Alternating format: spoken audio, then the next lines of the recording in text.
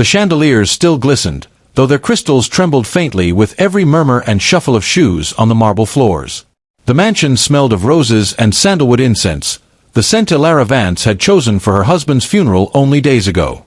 She stood near the French windows, her slim figure draped in a black silk gown, her hands clasped tightly at her waist. Outside, the garden still bore the remnants of mourning wreaths delivered by colleagues, investors, and so-called friends of her late husband, Julian. But inside, it was a carnival of greed. Julian's family had descended like wolves. They came not in mourning, but in designer suits and diamond-studded heels, their whispers slicing through the air sharper than any knife. Dax Vance, Julian's eldest son from his first marriage, stood at the center, his sharp jawline set, his smirk curling as though he had already won something. His suit was perfectly tailored, his cufflinks gleaming with his initials. He raised a glass of vintage scotch, not in memory of his father, but in a silent toast to what he believed was now his empire. "Everything he built," Dax sneered quietly to his Aunt Cassandra, "is ours now. Finally free of the doting but simple wife." His eyes flicked deliberately toward Elara, who kept her gaze locked on the window, refusing to react. Laughter bubbled around him. Cruel, careless laughter. Aunt Cassandra, heavily jeweled and smelling of musky perfume, leaned closer. Julian was brilliant, but too sentimental in the end. Always indulging her. Let's just hope he left the important things in the right hands. Their voices echoed through the vast, cold halls Elara had once filled with warmth and music. Now, they reverberated with disdain. She poured herself tea, her hand steady though her heart pounded. Not one of them noticed how her eyes, calm and unreadable, lingered on each of them. Predators often mistook stillness for weakness. She had learned long ago that the quietest figure in the room often carried the sharpest blade. When Dax laughed again, the sound bounced off the marble columns, a triumphant crow in a house that once belonged to her and Julian alone. But Elara's lips curved, just faintly. A ghost of a smile. The family wasted no time. Within hours of returning from the funeral, they began their conquest of Julian's study.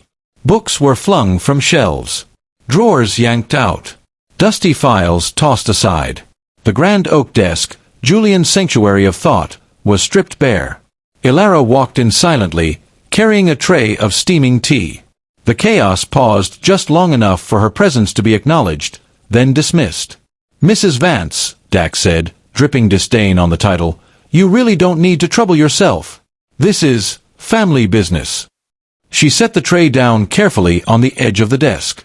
"Tea helps one think clearly. You all look like you could use some clarity." Aunt Cassandra huffed, shoving aside a stack of journals. "We're not here for tea, darling. We're here for synapse core." Elara's brow lifted, ever so slightly. "The mythical invention." Her voice was mild, tinged with a perfect blend of ignorance and politeness. "I thought it was only a rumor." Dax's eyes flashed. "Not a rumor. My father's legacy. Worth billions. And it's here. Somewhere." They continued their search, voices sharp with frustration. "She must know something," whispered Cassandra. "She lived under his roof. Slept beside him." "Elara!" Dax scoffed. "Please. She's an ornament. A companion. My father's trophy. Nothing more." Elara refilled a cup of tea for herself, her gaze flicking, just once, to a tall, untouched bookshelf against the far wall. No one else noticed. Her calm mask never slipped, though beneath it, a storm stirred. The ransacking yielded nothing. No jewel. No patent. No synapse core. By midnight, the vultures retreated, muttering of lawyers and wills. Elara remained in the silent wreckage of the study. Her eyes turned once more to the bookshelf. Her fingers tingled. Patience. She told herself. Not yet. The mansion slept under a heavy moon. Shadows draped across the grand staircase as Elara glided silently down the hall, her bare feet making no sound on the Persian rugs. She entered the study. The chaos from earlier remained, a battlefield of discarded files and overturned books. But she moved past them without pause, straight to the bookshelf. Her hand brushed along the spines until it found the worn spot on a first-edition novel. Her pulse quickened. With a soft click, a hidden compartment slid open. Inside lay two objects. A tarnished silver locket, small and unassuming. A single, unlabeled USB drive. Elara's breath caught. The locket was hers, the one she had given Julian in their earliest days together. She touched it, almost tenderly, before slipping it around her neck. Then she held the USB between her fingers, the cool plastic oddly heavy with promise. She carried it to Julian's old laptop, untouched for months. Dust puffed from its keys as she opened it. The screen flickered, whirred, then glowed to life. Her hands trembled as she inserted the drive. Files populated the screen, dozens of them. And there, at the top, in glowing blue text, Synapse Project under surveillance. Her name. Not Julian's. Elara Vance. Her breath came shallow. She clicked open the file. Lines of code filled the screen, her younger self staring back at her in every keystroke, every string. The timestamp? Over a decade old. Long before Julian had ever unveiled his invention. Her lips parted in shock. Memory surged, nights spent at her desk, her hair tied back, her fingers aching as she poured her soul into building something extraordinary. She had been brilliant then. Hungry. Naive. And Julian had stolen it. Her eyes stung. She closed the laptop slowly, her face bathed in moonlight. He didn't discover it, she whispered into the silence. He stole it from me. Sleep was impossible. Elara sat in the study until dawn, staring at the faint glow of the USB drive. Her mind unraveled memory after memory. Julian encouraging her to abandon her little coding hobby, to focus on the marriage. Julian brushing off her ideas, telling her the tech world was too cruel for someone like her. Julian suddenly announcing Synapse core years later, the world hailing him as a genius. She had believed him, trusted him. Now, the truth coiled like a serpent in her chest. By morning, she had steeled herself. She opened the files again, scrolling deeper. Embedded within the code was a line she recognized immediately, her own quirky signature. She used to leave behind digital fingerprints, invisible to most, but undeniable to any expert. The proof was absolute. Elara sat back, her hands pressed together tightly. She should have felt fury, betrayal, maybe grief. But instead, she felt clarity. Julian had built an empire on a lie. And now, his vultures circled, desperate to strip the carcass clean. But the empire was hers. It had always been hers. The world didn't know it yet. But they would. The family assembled in the drawing room that afternoon, anticipation humming like static in the air. The lawyer, Mr. Silas, a nervous, bespectacled man in a too-tight suit, sat with the official will documents on his lap. Elara entered last, serene in her black gown. She took her seat quietly in the corner, her presence almost overlooked. Silas cleared his throat. The last will and testament of Julian Vance. The room fell silent. He read quickly, his voice thin and tremulous. I, Julian Vance, being of sound mind, do hereby leave my estate to my eldest son, Dax Vance, in its entirety. To my siblings, I leave modest allowances. To my wife, Elara Vance, I leave the marital home and a yearly stipend of $50,000. Gasps of satisfaction rippled through the room. Cassandra dabbed at her eyes with a silk handkerchief, though her lips twitched with triumph. Dax leaned back in his chair, smirking like a king crowned. Elara remained still. Her hands folded neatly in her lap. Her face unreadable. Any objections?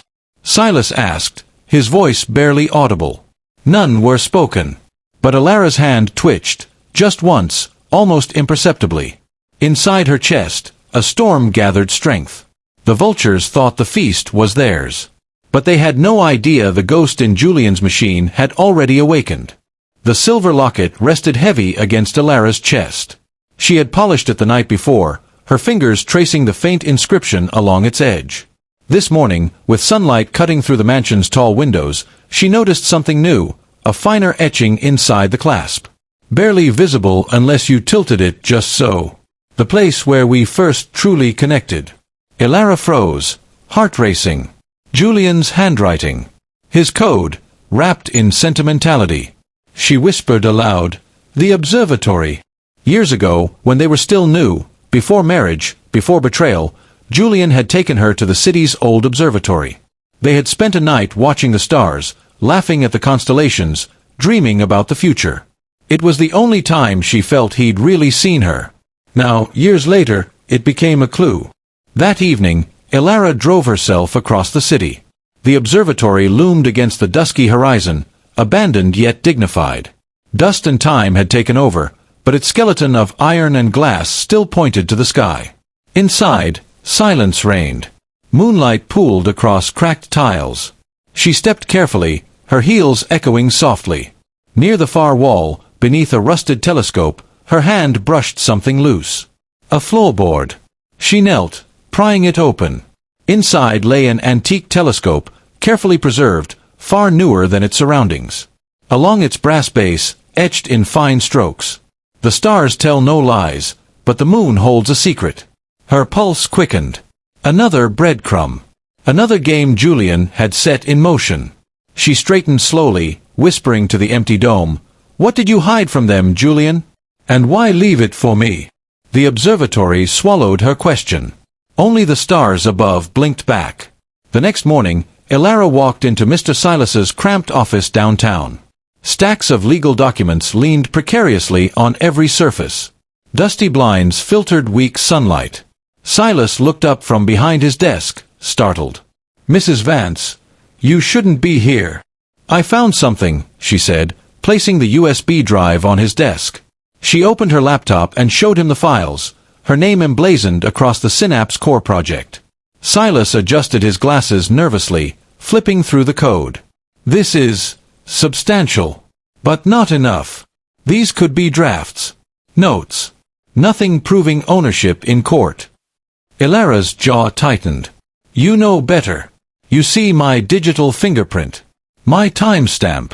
This is my creation." Silas leaned back, sighing heavily. "Perhaps. But Dax has money. Influence. Lawyers who would chew through you in court and leave nothing but bones." He folded his hands. "Take the house, Mrs. Vance. Take the stipend. Live comfortably. Let this go." Her eyes narrowed. "You sound rehearsed." He blinked. "Excuse me. You've given this speech before. You're protecting someone, or something." Silas looked away, fiddling with a pen. "I am advising caution." But as Elara stood to leave, she noticed it, the quick flicker of his eyes toward the phone on his desk. His fingers twitched, almost as though itching to make a call. She turned sharply back. "Who are you calling, Silas?" His face paled. "No one." But her gut told her the truth. Silas was playing both sides.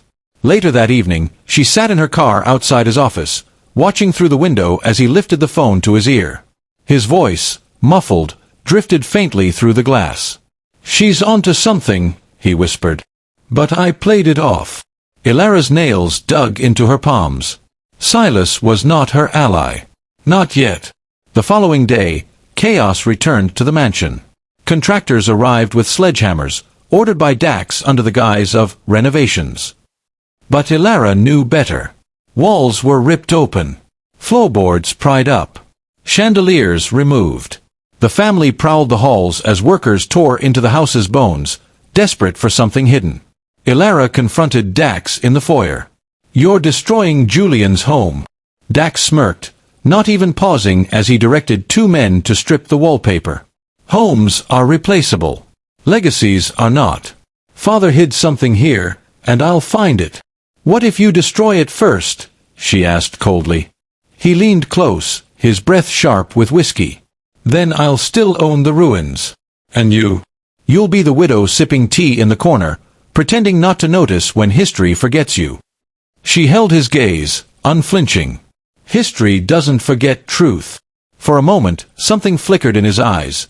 Fear, perhaps, but he quickly masked it with a sneer. That night, Elara crept through the half-ruined house. She searched feverishly for her own clues, racing against Dax's destruction. Every creak of floorboards felt like a countdown.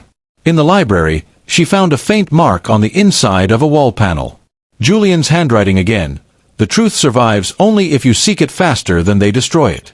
Her heart pounded. She had to move quickly. Exhaustion clawed at her bones, but Elara's resolve only sharpened. She couldn't do this alone. She needed an ally beyond Julian's tainted circle. That's when she thought of the tech world, her world. A world she had abandoned, but which still pulsed with voices willing to expose injustice. She crafted an anonymous email. A snippet of her code attached. The signature line. The fingerprint. She sent it to Cypherbreak, a renowned tech blogger known for dismantling billion-dollar lies. Hours later, her burner phone buzzed. A text.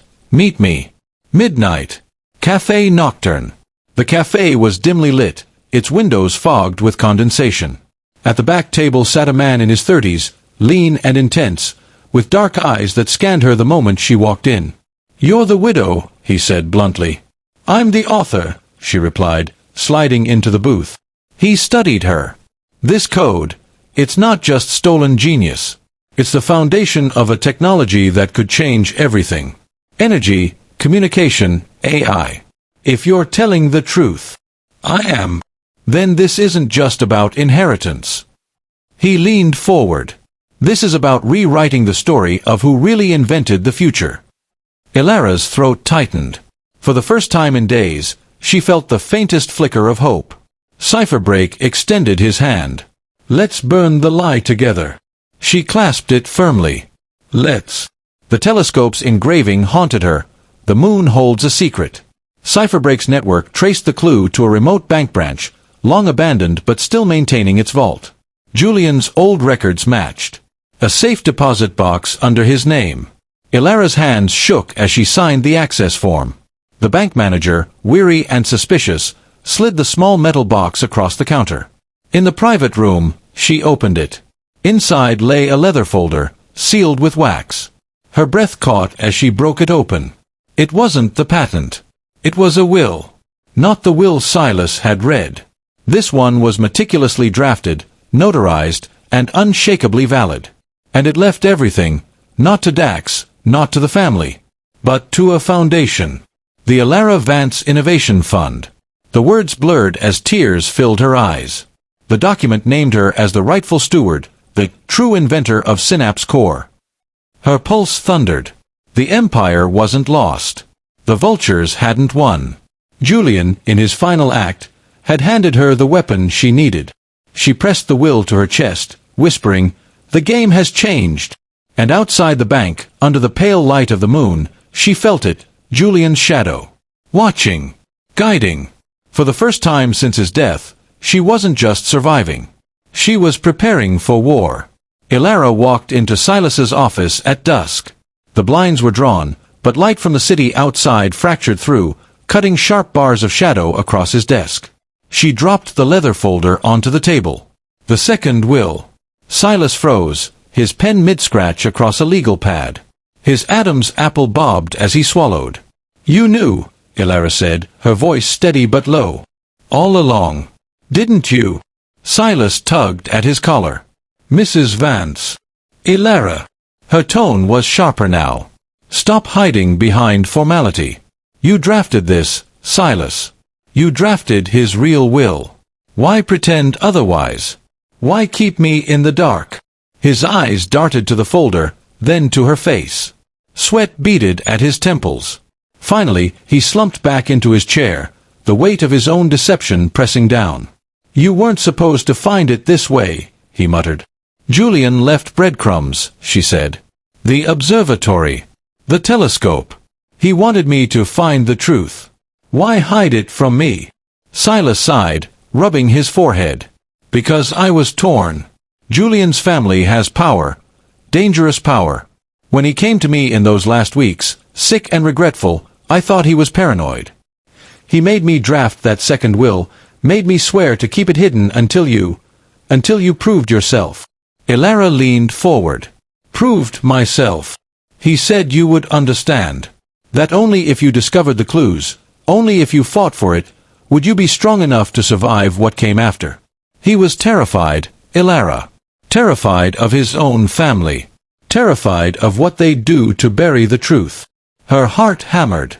Julian's betrayal still burned, but now there was another layer, remorse, guilt, love twisted into riddles. Silas's voice cracked. I've been watching you, waiting, praying you'd find the path. And now you have. Elara's jaw tightened. Then you're with me. He nodded slowly, eyes heavy with shame. Yes. I was always with you. Just not openly. The silence between them was thick, but within it lay an uneasy alliance. It didn't take long for whispers of the second will to reach Dax. Money had a way of pulling secrets into daylight. Elara found him waiting in the mansion's library, lounging in Julian's leather chair like a king on a throne. His smirk was sharp, but his eyes betrayed something new, desperation. So, he drawled, the widow has teeth after all. A second will. How quaint. Elara crossed her arms. You'll be stripped of everything, Dax. Julian left it all to me. To the fund. He laughed, low and cold. Oh, Elara. Do you really think the world will rally behind you? The saintly widow who suddenly produces a conveniently hidden will and a USB drive. He leaned forward. You'll look like a fraud. Unless, of course, you'd prefer I keep quiet. Her eyes narrowed. What do you want? Simple. The will. The drive. Everything. Hand it over, and I'll let you keep the mansion, your little stipend. You'll live in luxury, untouched. And if I refuse? His smile darkened. Then I tell the world about your family's scandal. Remember that, Elara? Your brother's embezzlement? The debts. The fraud Julian so kindly covered up. Her chest constricted. She hadn't thought of those years in so long, the desperate nights, the bills, the shame. Julian had swept it away, buried it. And now Dax held it like a dagger. He leaned closer, his voice venom. I'll ruin your name. Your family's name.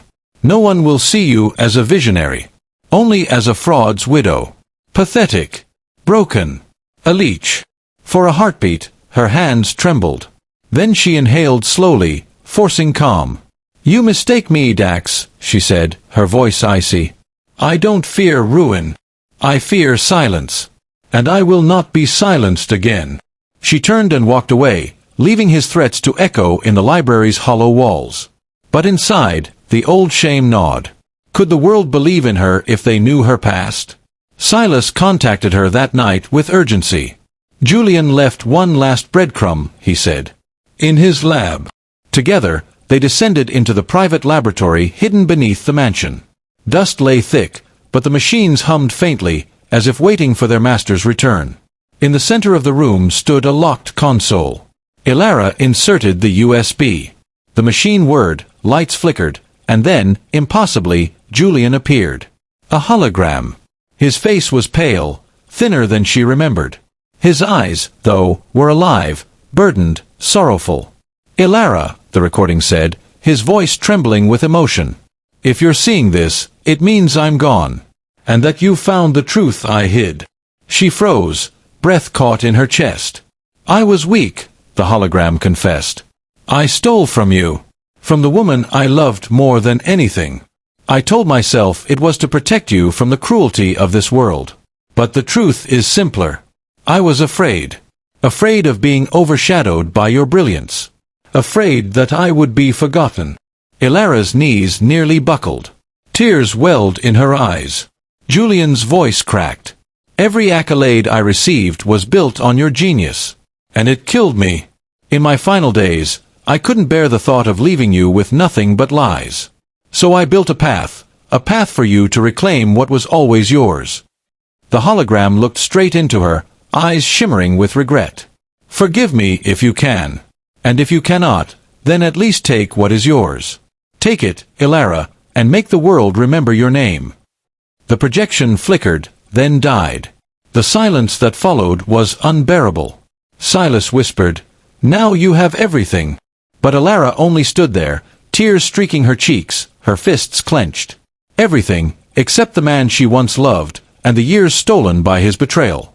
The boardroom was a glass palace high above the city, gleaming and cold. The board of directors, investors, and executives filled the long table, buzzing with whispers. Dax sat at the head, smug in his suit, Cassandra beside him like a queen mother. Elara entered with Silas at her side, her step steady, her gaze unwavering. Cipherbreak hovered near the back, laptop open, ready to stream. "Mrs. Vance," one board member said dismissively, "this is an executive meeting." "What business?" Her voice cut sharp. "The business of truth."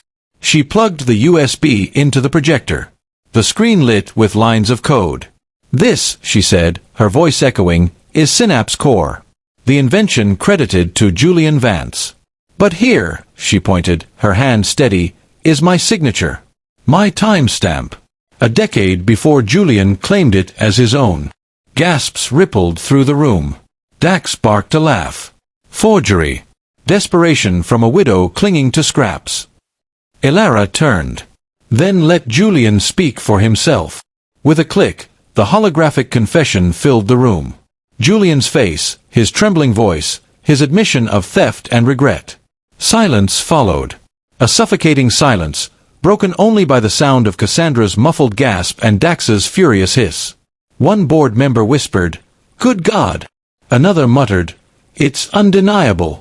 Elara stood tall, her face unreadable as Julian's confession echoed, "Take what is yours, Elara.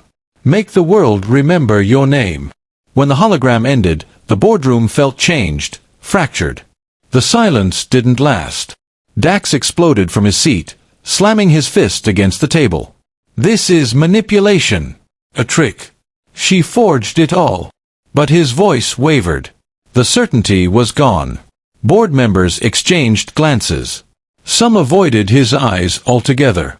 Cassandra tried to speak, but her words faltered.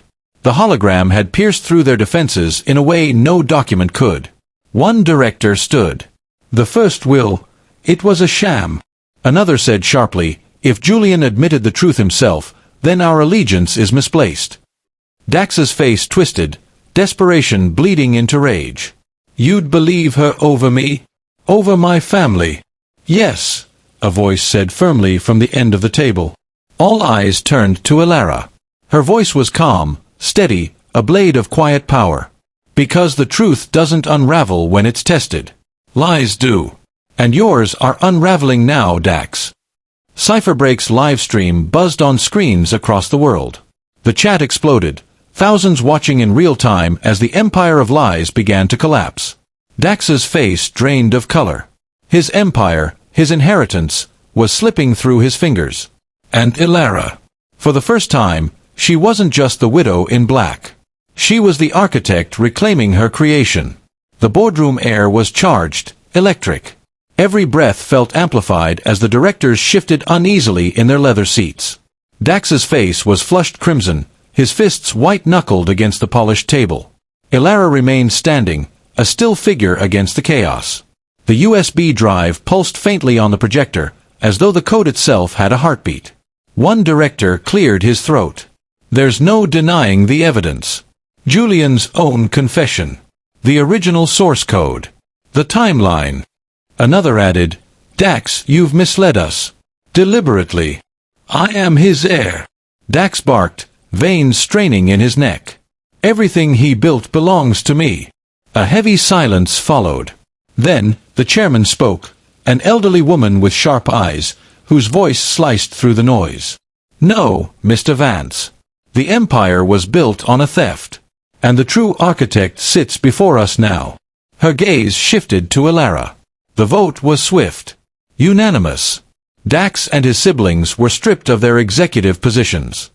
Access to Julian's assets was revoked. Their faces contorted with disbelief as the reality sank in. Cipherbreak's live stream caught every second. The comments exploded. "Justice served. She's a legend. The widow had the code all along." As security escorted Dax and Cassandra out, he twisted to hurl one last venomous look at Elara. "This isn't over. You'll regret crossing me." Elara's eyes, cold and unwavering, met his. "No, Dax. I regret waiting this long to stop you.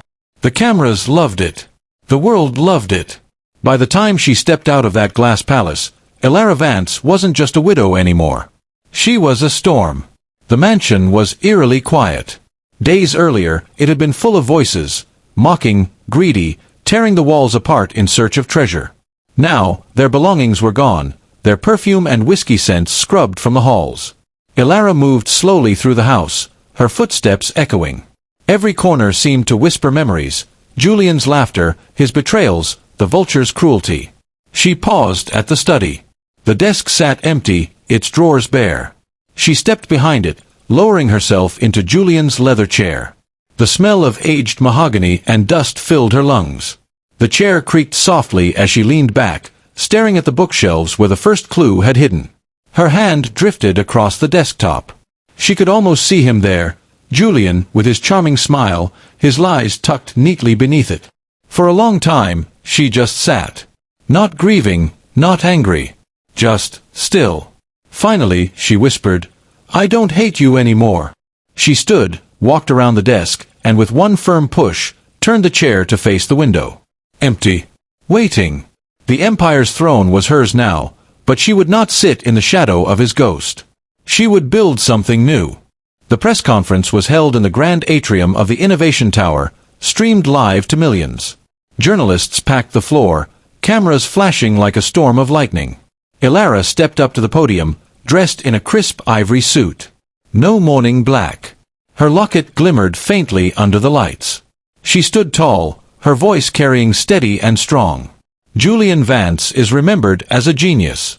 But the truth is more complicated. The synapse core was my work. My creation. My legacy. A murmur rippled through the room. She didn't flinch. I could sell this technology tomorrow for billions. But I won't. Because innovation is not about greed. It's about progress. It's about the dreamers who never get heard, the overlooked, the silenced. She lifted a hand, her tone fierce. That ends today. The Elara Vance Innovation Fund will invest in those voices. We will discover them, empower them, protect them. Especially women. Especially those told they were not enough. The crowd erupted. Applause thundered. Cameras flashed. Social media feeds lit up with her words, clipped into sound bites, shared across the world. She won't sell. She'll empower. The widow just rewrote history. Cypherbreak's live stream trended globally. The comments scrolled faster than anyone could read. For the first time, Elara wasn't surviving the narrative. She was writing it. The mansion sold within weeks. Billionaires lined up to own a piece of Julian Vance's history, but Elara let it go without ceremony. She moved into a modern home on the edge of the city. It was smaller, brighter, glass walls that let in the sunrise, open spaces filled with her own inventions, prototypes scattered across workbenches. It felt alive. A montage of her days unfolded. Young women sitting cross-legged on beanbags, laptops glowing as they coded late into the night. Teenagers building prototypes with grant money from the fund, their faces lighting up with joy. Elara herself, walking through workshops, offering advice, encouragement, her locket glinting as she leaned over their shoulders. The foundation grew quickly. Universities reached out. Startups begged for mentorship. The world, hungry for her story, devoured every speech, every headline. She wasn't Julian's widow anymore. She was Elara Vance, visionary, architect, force of change. Years passed. The world changed. The Synapse Core, finally released under her name, revolutionized industries. Communications became faster. Energy more efficient. Medicine more advanced. Her fingerprints, the digital kind and the metaphorical, spread across the globe. The Elara Vance Innovation Fund thrived, producing inventors whose ideas saved lives, shaped cities, changed destinies. And one evening, under bright stage lights, Elara stood at a global innovation summit. The crowd rose to its feet as she accepted a Lifetime Achievement Award. The award was heavy in her hands, but her smile was light, genuine. She looked out at the audience, students, inventors, dreamers, and her voice rang clear. They came for the money. But I had the code. And the courage to rewrite my own story. The applause was thunderous. Cameras flashed. Across the world, millions watched as a widow once dismissed as simple, claimed her rightful place as an icon. The final shot lingered on her face, calm, radiant, powerful. Not a ghost in anyone's story anymore, but the author of her own. The end.